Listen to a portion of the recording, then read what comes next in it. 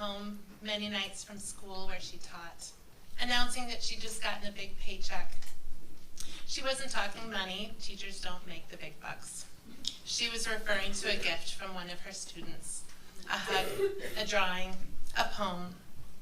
My oldest daughter came home recently with just such a paycheck. She'd received a card from a girl she was nannying. "You are the best nanny in the whole wide world," she'd written, "like even better than Mary Poppins."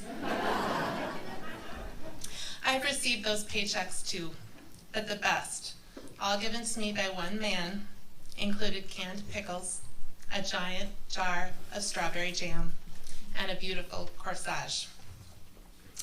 I met Murray the first weekend we spent in our new house in St. Louis Park.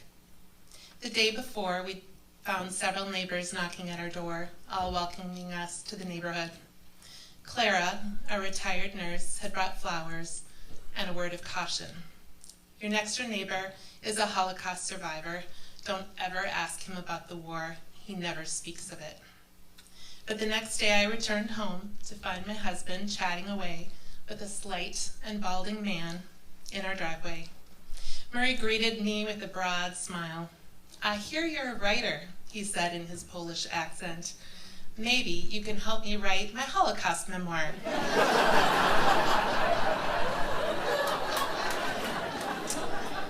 I was gobsmacked, to say the least, and immediately agreed to help him.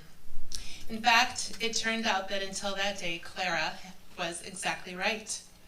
Since the end of World War II, Murray had never shared any details with anyone of his imprisonment, not with his wife of 50 years, Marlene, not with his children. "Life is hard enough," he explained. "I didn't want to burden them." But having experienced a few health problems, Murray had changed his mind, and now wanted his family to know what he and millions of others had suffered. About this time, before I found the UCC and this wonderful church, I was having questions about my Christian faith. I'd been raised Lutheran, and the only evangelical thing I'd ever done was sing Silent Night to a darling Jewish baby that I'd babysat in middle school.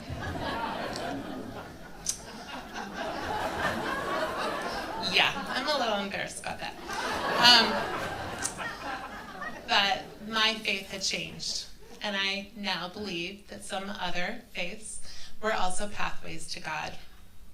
Yet this new approach also made me feel distant in my faith. I wrote to Scott, a college friend of mine and a pastor, who'd offered to answer my questions. When I asked whether heaven didn't really await most people, he joked, "Well, it's nice you're starting me off with an easy one." That's just one reason I view Murray as a gift of grace in my life.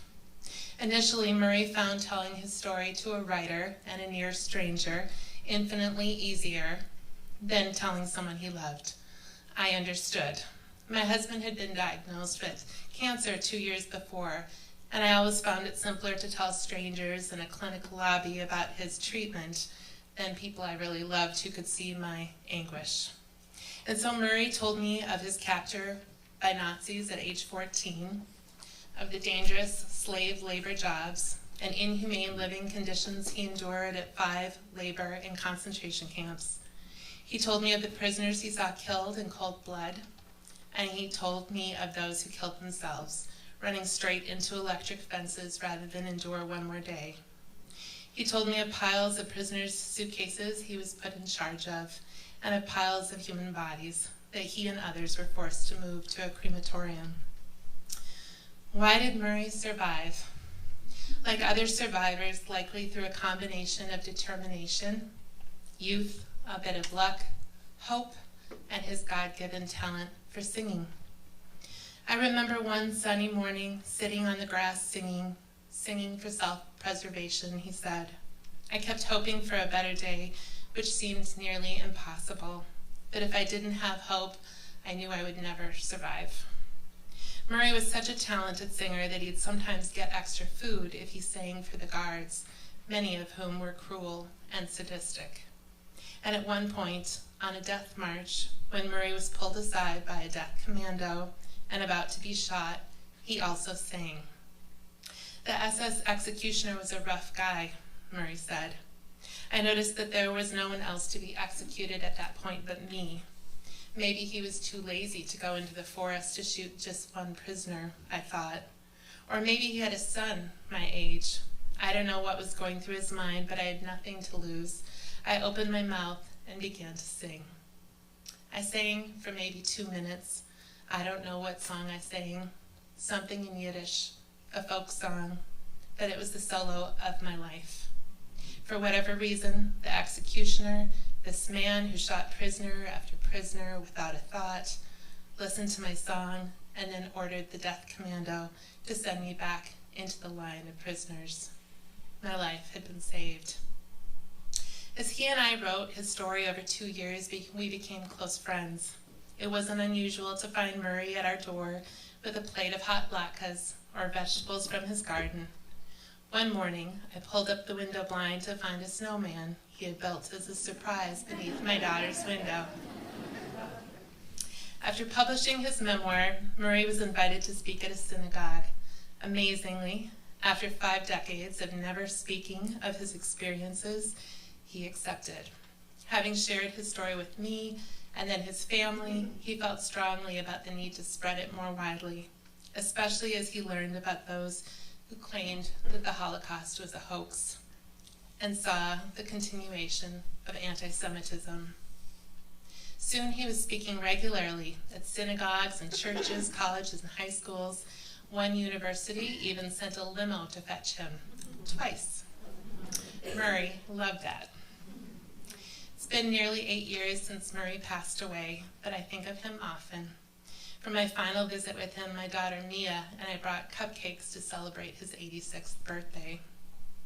Murray dedicated his memoir to his children. I want you to understand what can happen when good people do nothing, he wrote. When they don't care about or allow freedom of expression, when they look away when neighbors are abused, when they place economic well-being ahead of basic human values. Unfortunately, Murray's message resonates today. This Thursday, May 2nd, begins our nation's Days of Remembrance for the Holocaust.